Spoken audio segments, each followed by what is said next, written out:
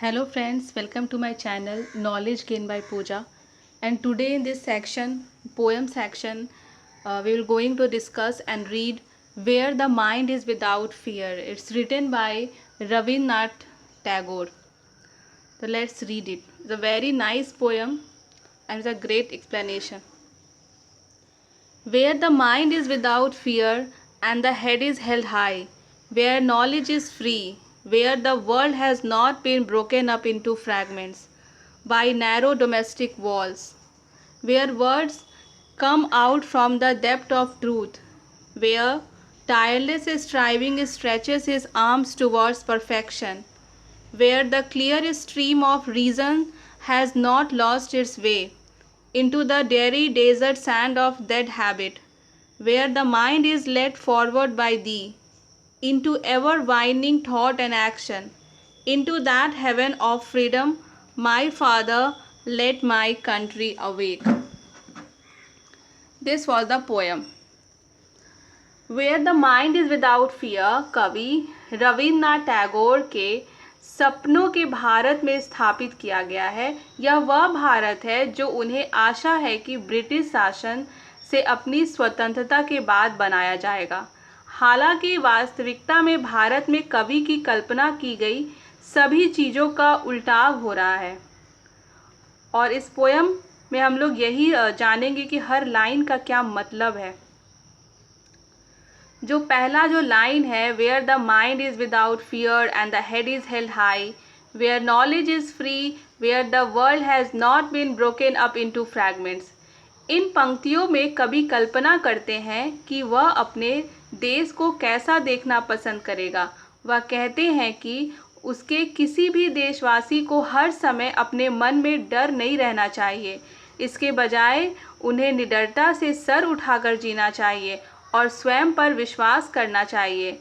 ज्ञान सभी नागरिकों के लिए उपलब्ध होना चाहिए, अर्थात शैक्षिक संस्थानों में कोई जातिवाद या धर्म को लेकर भेदभाव नहीं चाहिए। भारत के विभिन्न क्षेत्रों और उनके लोगों को आपस में लड़ने के बजाय एकजुट होना चाहिए। ये सब मिलकर आने वाले कठिनाइयों का सामना करना चाहिए।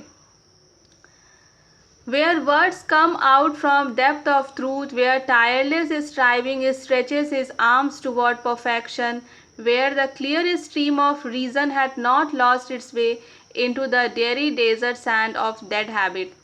इन पंक्तियों में कवि कहते हैं कि उनके सपनों के भारत में हर किसी को सच बोलना चाहिए।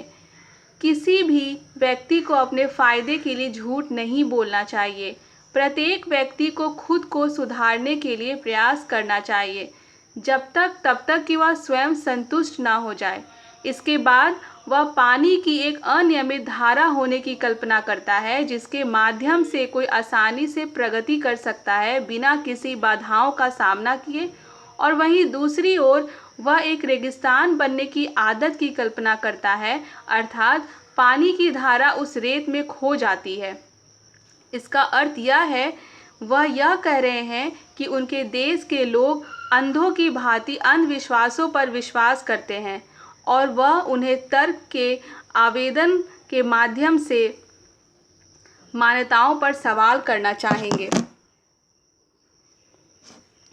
Where the mind is led forward by thee into ever widening thought and action, into that heaven of freedom, my Father, let my country awake.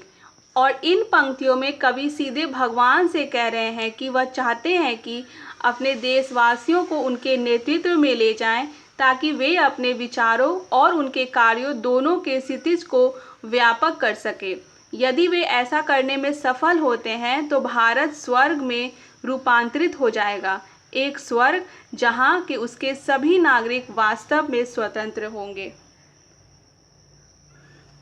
तो ये कविता लिखा था रविन्द्रनाथ टैगोर ने और इन्हें 1913 में साहित्य में नोबेल पुरस्कार भी मिला। जब ये 8 साल के थे तभी से इन्होंने कविता लिखना शुरू कर दिया था और 16 वर्ष में उन्होंने अपनी पहली कविताएं नाम भाई नुशु, जिसका अर्थ है सन लायन, के तहत जारी किया था। धन्यवाद।